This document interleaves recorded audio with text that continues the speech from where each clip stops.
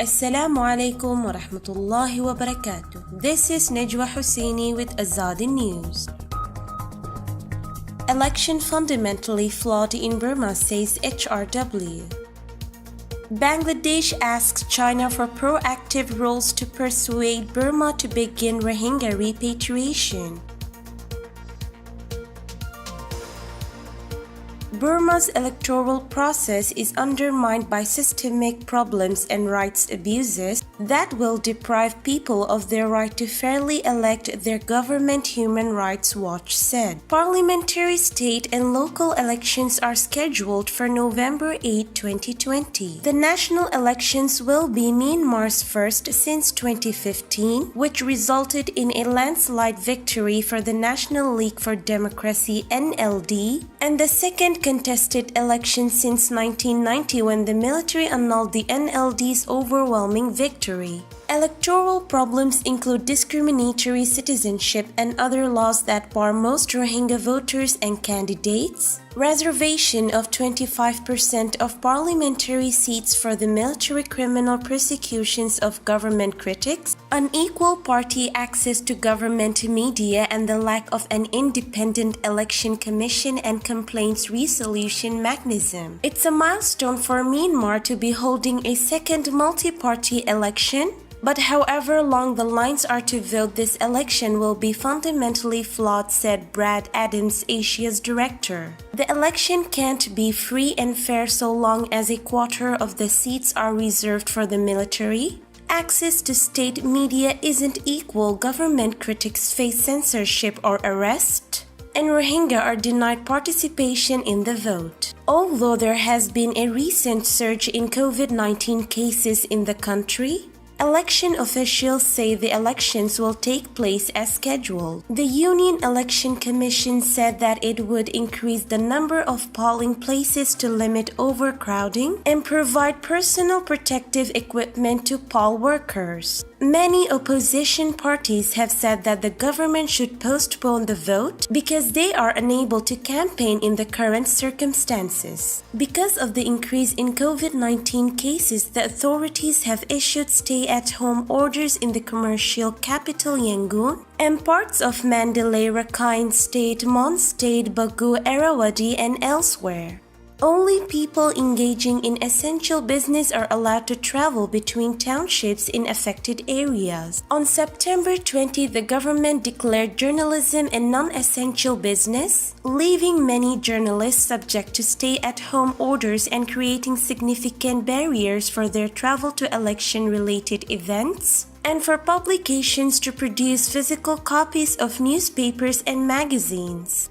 Many well-known media outlets have stopped selling newspapers, while the two state-owned newspapers, which are supportive of the government, have been able to continue printing. The NLD government, which suffered under military oppression for decades, should recognize that an election without media freedom isn't fair, Adams said. The government should reverse its decision and declare media workers essential. The Burmese government is using the discriminatory 1982 citizenship law and the election law to disenfranchise Rohingya and prevent them from running for office, even though most Rohingya families have lived in Burma for generations, Human Rights Watch said. Many Rohingya were hopeful that after the 2015 elections, NLD leader Aung San Suu Kyi would change these laws and policies. Instead, the NLD has supported the military as it carried out ethnic cleansing, crimes against humanity, and possible genocide against the Rohingya in Arakan state. None of the 1 million Rohingya refugees in Bangladesh and another several hundred thousand dispersed in other countries will be allowed to vote. The authorities have barred most Rohingya remaining in Burma, estimated at 600,000, from registering to vote in the election. This includes approximately 130,000 Rohingya detained in camps in central Arakan state since 2012, where they endure the crimes against humanity of persecution and apartheid and other serious rights abuses. Voter lists posted around the country in July and August are absent from Rohingya camps and villages. The Union Election Commission's My Voter 2020 app, developed with the support of international election organizations, includes unnecessary and inflammatory race and religion information about candidates and their parents. A candidate in Arakan State, Das Muhammad, also known as Awin of the Democracy and Human Rights Party, is listed as Bengali Bamar. Bengali is a racist term that Burmese nationalists widely use for the Rohingya. It's appalling that Aung San Suu Kyi is determined to hold an election that excludes Rohingya voters and candidates, Adams said. She knows that real democracy cannot flourish in an apartheid regime imposed on the Rohingya.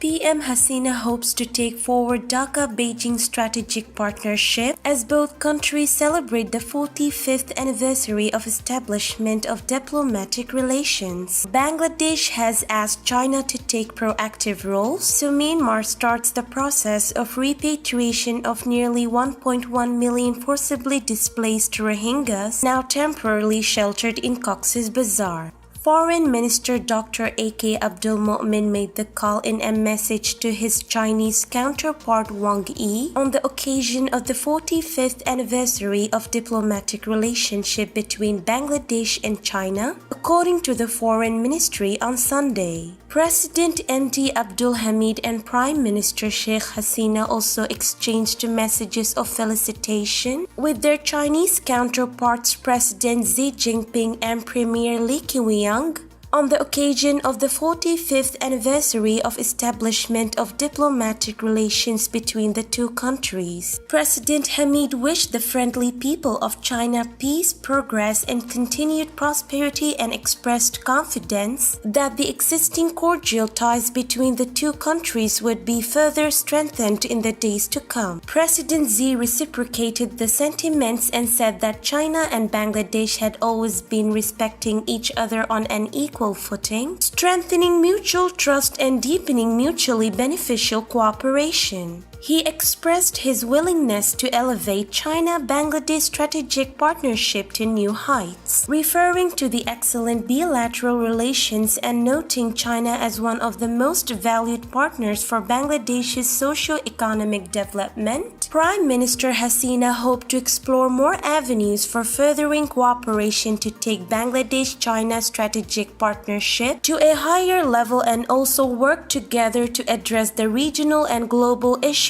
for peace, security, stability, and development. She also appreciated the cooperation and assistance by China during the ongoing COVID-19 pandemic. This is today's news. To get more updates about Rohingya, subscribe to our YouTube channel and hit the notification bell. Visit our website azadinews.org and follow our social media accounts. Wassalamu alaikum wa rahmatullahi wa barakatuh.